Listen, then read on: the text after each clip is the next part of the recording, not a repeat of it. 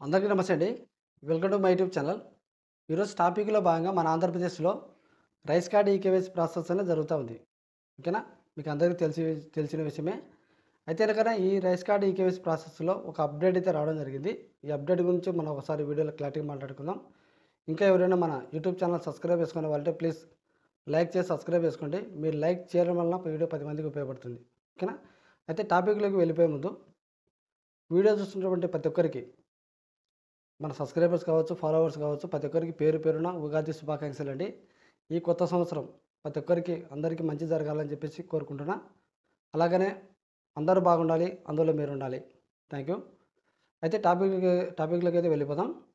టాపిక్‌లో భాగంగా eKYC process అనేది చాలామందికి డౌట్ ఉన్నాయి.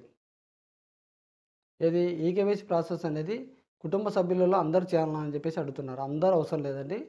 ఎవరెవరు చేయాలి కదా అని చెప్పేసి వీడియోలో చెప్తాను. అలాగనే వచ్చేసి ఈ ఈకేవైసీ ప్రాసెస్ అనేది మా లిస్ట్‌లో మా పేరు ఉందో లేదో తెలుసుకోవడం ఎలా? అలాగనే వచ్చేసి ఒకవేళ ఆ వ్యక్తి చనిపోతే గనక ఏం చేయాలి? ఇటువంటి డౌట్‌లన్నీ మన వీడియోలో క్లారిటీ చెప్తాను. వీడియో ఎక్కడ గాని స్కిప్ చేయొద్దు. అయితే గనక ఈకేవైసీ ప్రాసెస్ అనేది వచ్చినటువంటి అప్డేట్ గురించి ఒకసారి మాట్లాడుకుంటే గనక మనకు మార్చి 31 వరకైతే ఇవ్వడం జరిగింది. ఇప్పుడు డేట్ ఎంత? 31 రేపే లాస్ట్ డేటు.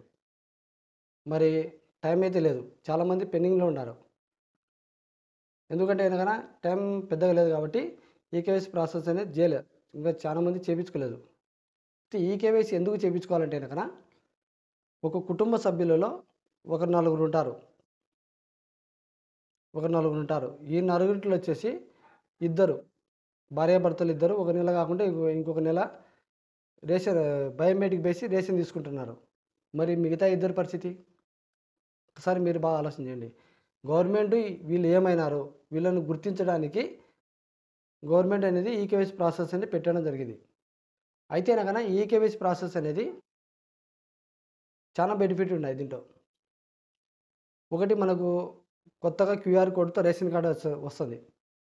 ఈ రేషన్ కార్డ్ మనకు చేతికి ఇవ్వాలంటే గనక మన పేర్లు యాడ్ కావాలి. యాడ్ కావాలంటే ఎవరైతే గనక ఈ ఈకేవైసీ పూర్తి అయిపోయింటదో వాళ్ళ పేరు మాత్రమే యాడ్ అయితాయి. పెండింగ్ ఉంటే కావు. ఒకవేళ ఆ వ్యక్తి చనిపోతే గనక పెండింగ్ లిస్ట్‌లో ఉంటది. మరి ఆ వ్యక్తిని కూడా యాడ్ చేయలేరు కదా! కాబట్టి అటువంటి వాళ్ళను తీసేసి క్యూఆర్ కోడ్‌తో కొత్త రేషన్ కార్డ్ ఇస్తాడు. ఓకేనా?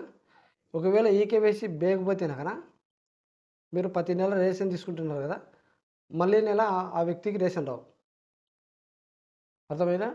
ఈకేవైసీ ఎవరైతే కంప్లీట్ చేస్తారో ఆ కుటుంబ సభ్యులు ఎంతమంది అయితే ఉంటారో వాళ్ళు ఖచ్చితంగా ప్రతి ఒక్కరు బయోమెట్రిక్ అంటే అందరికీ రేషన్ వస్తాయి. ఒకవేళ ఈకేవైసీ బేయకపోతే గనక నెక్స్ట్ నెల మీకు రావు. ఇంకోటి సంక్షేమ పథకాల విషయానికి వచ్చాను గన ఒకవేళ ఈకేవైసీ బేయకపోతే గనక ఆ వ్యక్తి హోల్డ్‌లో పడతాడు. హోల్డ్‌లో పడితే ఇప్పుడు తల్లికి వందనం పథకం ఉంది. తల్లికి వందనం పథకం వచ్చేసి ఆ రేషన్ కార్డ్‌లో ఎంతమంది పిల్లలుంటారో వారికి ఆధారంగా ఇవ్వడం జరుగుతది. అవునా కదా!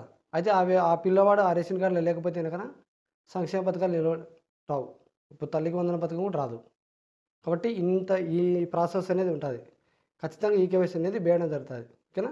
అయితే మనకు డేట్ వచ్చేసి వచ్చే నెల ఏప్రిల్ 30 తారీఖు వరకైతే మార్చడం జరిగింది. వచ్చే నెల లాస్ట్ 30 తారీఖు వరకైతే డేట్ అయితే పొడిగించడం జరిగింది. కాబట్టి ఇంకా ఎవరైనా ఈకేవైసీ వేయని వాళ్ళుంటే వేయండి. అయితే చాలామందికి డౌట్ ఉండేది దీంట్లో. ఒకవేళ ఆ అబ్బాయి ఎవరైనా చదువుకునేటువంటి చిన్న పిల్లలుంటారు కాబట్టి, వాళ్ళు ఎక్కడైనా హాస్టల్‌లో లేకుంటే వేరే ఊర్లో వెళ్లి చదువుకుంటుంటారు. మళ్ళీ వాళ్ళ పరిస్థితి? ఖచ్చితంగా వాళ్ళు ఇక్కడ హౌస్ హోల్డ్ మ్యాప్ ఇక్కడే జరిగింది. ఇక్కడే బేయాలని చెప్పి చాలామంది అనుకుంటున్నారు. ఏం అవసరం లేదు. వాళ్ళు పిల్లలు ఎక్కడైతే చదువుకుంటున్నారో, ఆ దగ్గరలో ఉన్నటువంటి సచివాలయం దగ్గరికి వెళ్ళామంటే గనక వీఆర్ఓ లాగిన్‌లో అయితే వేయొచ్చు.